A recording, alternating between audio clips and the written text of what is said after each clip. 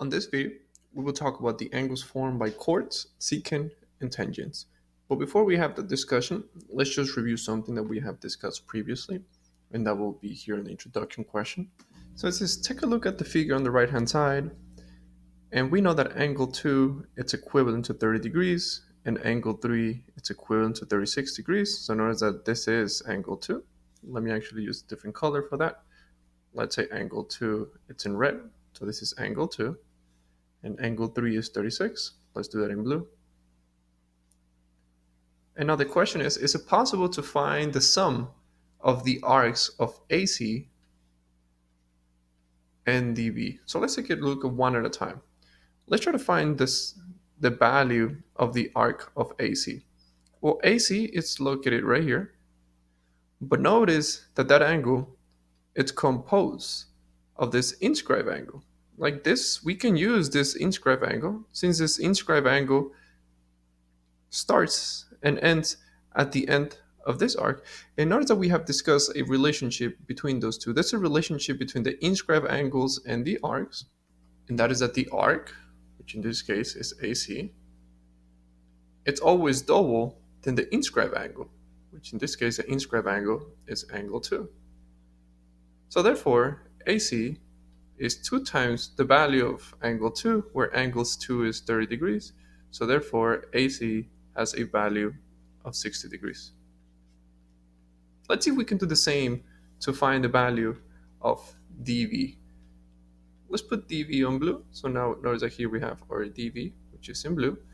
But now notice that we can use this inscribed angle, because notice that this inscribed angle starts and ends on the actual curvature of this arc. So we can use the same idea, because now the arc dV that is equivalent to 2 times the inscribed angle, which in this case the inscribed angle is angle 3. And we have all the information that we need now, because now angle 3 is 36. So therefore dV is 72 degrees. But now the question stated that if we can find the sum of the arcs, so therefore the arc AC plus the arc DB, well, AC is 60 and DB is 72. So therefore, the sum it's equivalent to 132 degrees. So let's keep this in mind as we're going through the lesson, because now let's actually prove a statement now.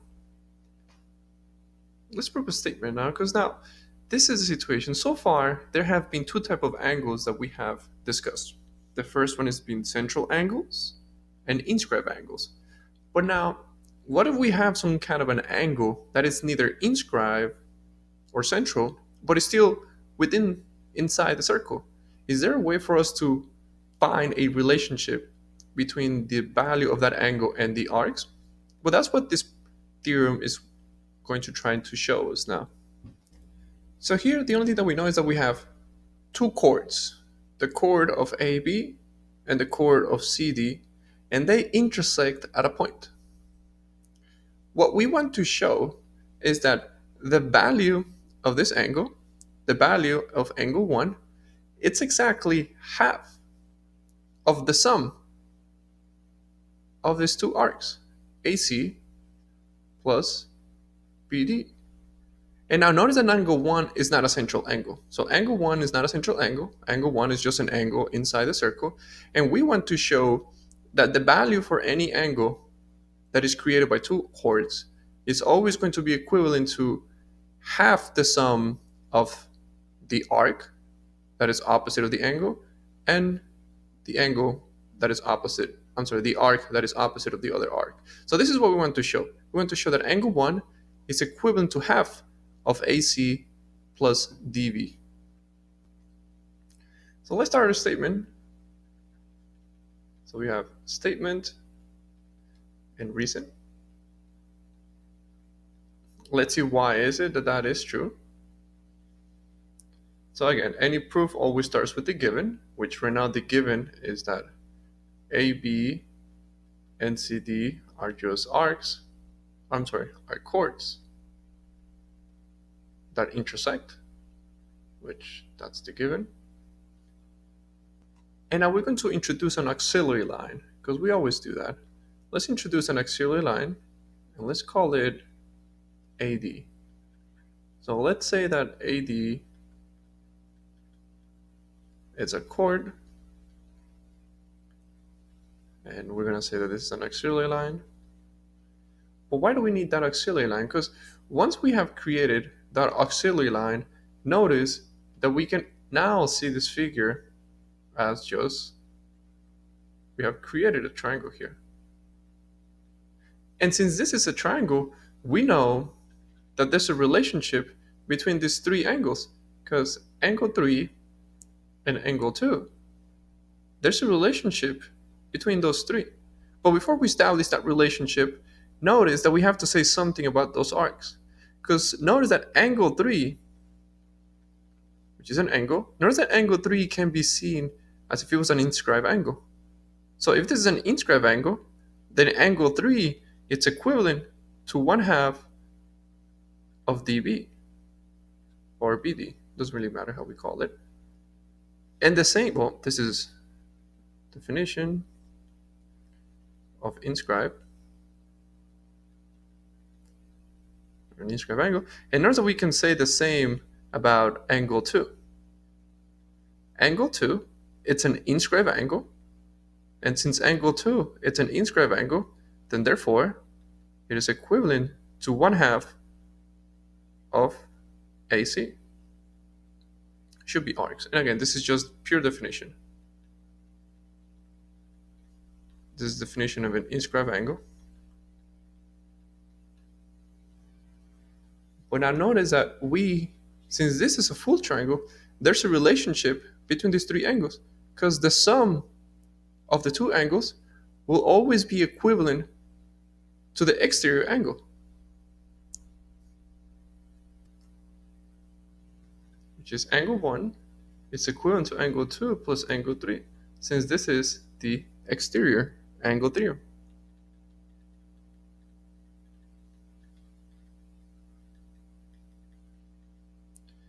But now notice that we know exactly what angle 2 is. We have an expression for angle 2 in terms of the arcs that we want to make a statement of, because now we can rewrite angle 1, because angle 1 is equivalent to angle 2, but angle 2, it's equivalent to 1/2 of the arc AC. And angle 3, it's equivalent to 1/2 of the arc of BD. And you can see this as all we did, we just substituted values. But now notice that we can simplify this, because now, finally, we can say that angle 1, if they both have a 1/2 on it, then I can just factor it out. AC plus BD. And this is just factoring. And now notice that we have established the relationship that we wanted to say. Angle 1, it's equivalent to 1/2 of the arc of AC plus the arc of BD. And this is a big relationship to understand. So in any circle, just erase this, on any circle, the value for any the value for any angle that is created by two arcs or chords, that's always going to be equivalent to half the sum of the opposite arc and the arc that is on the opposite section. So there's a relationship between an angle and those two arcs, and that is this angle will always be half of the sum of these two arcs. And that's what we wanted to just show here, and that's what we have just proof. But before we do some examples, there are two more things that we have to discuss. The following are statements. Well, we're not really going to be proving them, but it's important for us to understand them because we're definitely going to use them in the future. And let's use the statements and the figures to write down some equations for angle 1, angle 2, and angle 3. Under angle 1, we have to introduce the idea of a secant line. So we know that a tangent line, it's any line that it just touches the circle at one specific point. So notice that here we have two tangent lines. Here, notice that we have another tangent line here. This will be considered a tangent line. But now, this type of line that we do have here, this is what we call a secant. So a secant line is just a line that just runs through the circle. And it definitely touches it at more than 1 point, which in this case happens to be 2. Notice the difference between a tangent line. A tangent line is a line that passes through the circle and it touches the circle just at 1 point. Well, a secant line, it's a line that passes through the circle and it intersects the circle at 2 points. And completely different than a chord, because a chord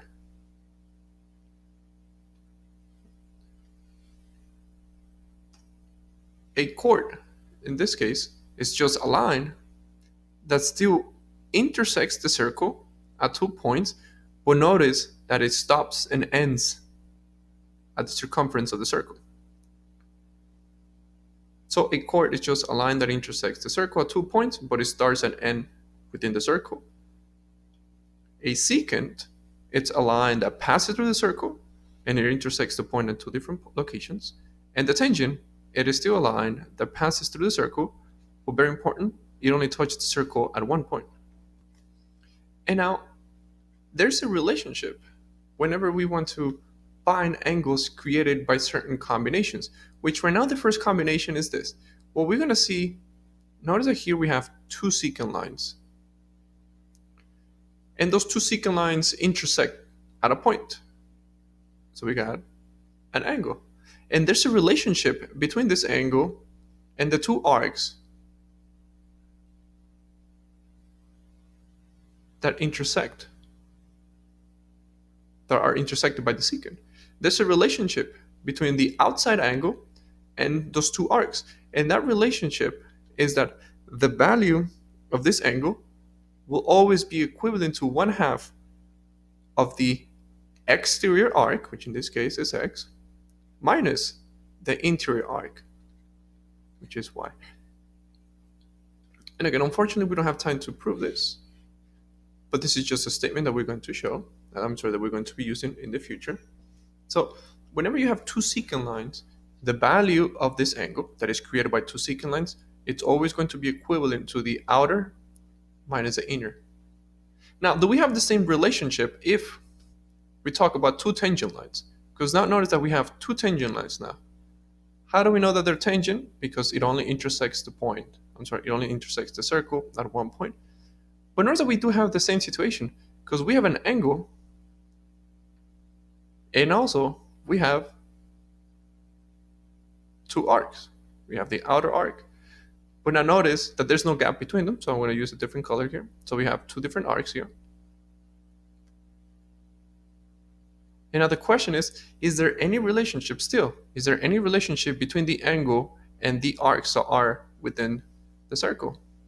Yes, we do have a relationship for that as well. And that is the same relationship.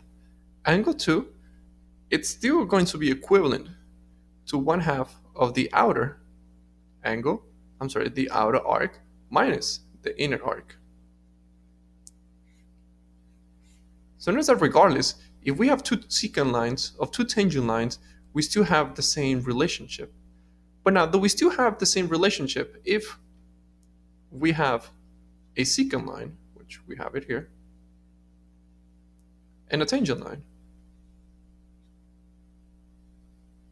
Notice that we still have the same situation. Here we have an angle that is created, and it also intersects at 2 chords. 2 arcs. So here we have the outer arc. And here we have the inner arc. So now the question is there still a relationship between the angle and those 2 arcs? There is just a relationship, but now still going to be the same. So angle 3 is going to be equivalent to the outer minus the inner. So regardless of which combination we have, we still have the same relationship. If you have 2 secants, then the outer angle is going to be equivalent to the outer minus the inner. 2 tangent lines, the outer angle it's equivalent to the outer minus the inner arc. A secant and a tangent, the outer minus the inner. Now be careful, because notice that every single one of them here, we're not using 1/2 minus y minus x. And I have seen students doing this, but why is it that this is not okay for us to do? Because notice that y, and at least in our examples, represented the smaller angle in some of them, which in this case, notice that this is definitely smaller. So if you have a small and you subtract a bigger number, then your result is going to be a negative. And there's no such thing as a negative angle, at least when we're trying to talk about the openness of an angle. So be careful with the order. It will always be the outer minus the inner, always. So the outer minus the inner, the outer minus the inner, the outer minus the inner. So let's just recap what we have done so far. We started our discussion by saying for any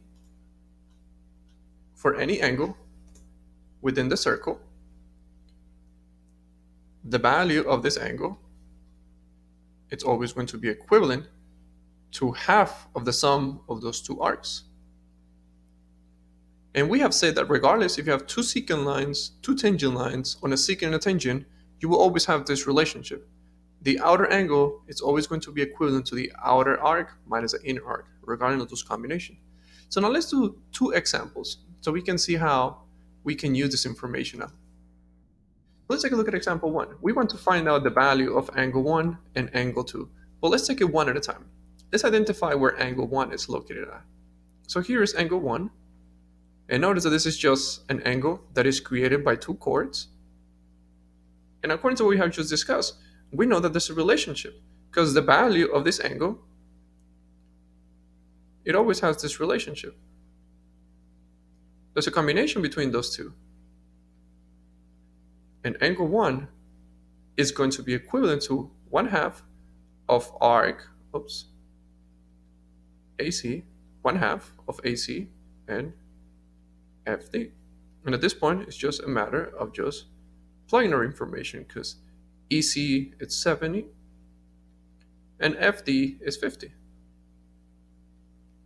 So therefore, angle 1 is 1/2 of 120, which is just 60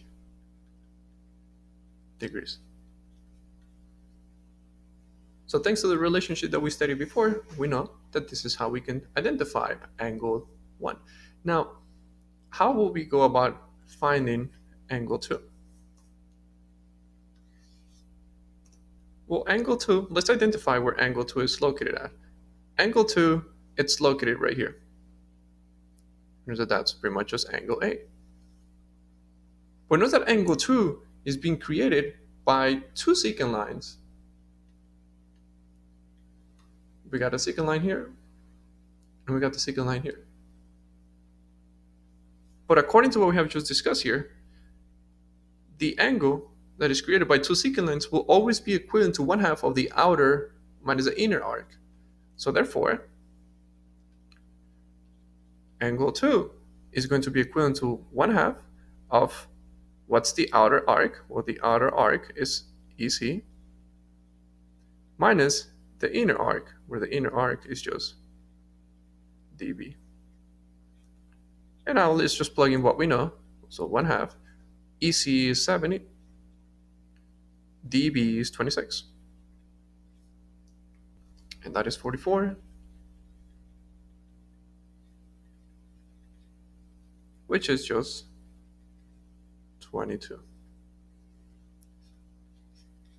So notice that thanks to the relationship that we have just discussed, we can definitely start finding more angles, at least when it comes to circles. So let's just do one more example. Let's just do one more example here.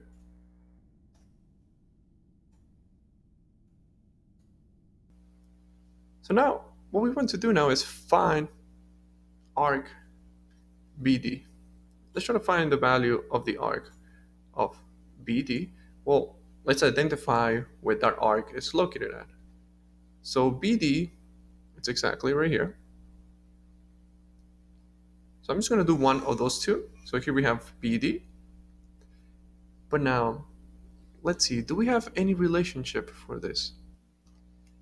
Notice that when it comes to BD, we do have a relationship between this arc, this angle, whose measurement is 100, and also arc CE. Let me call this angle R, I guess, for this angle right here. Because I know that the value of angle R is going to be equivalent of the arc of BD plus the arc of, CE. We do have this relationship. Any angle is equivalent to half of the left plus the right. And now let's plug in what we know. Well, angle R is 100, 1/2. Do we know BD? Well, BD is what we're looking for. And do we know CE? Well, CE is 66. And at this point, we can definitely find out the value of BD. And the first thing that we want to do is we want to multiply by 2 on both sides. By doing this cancels out.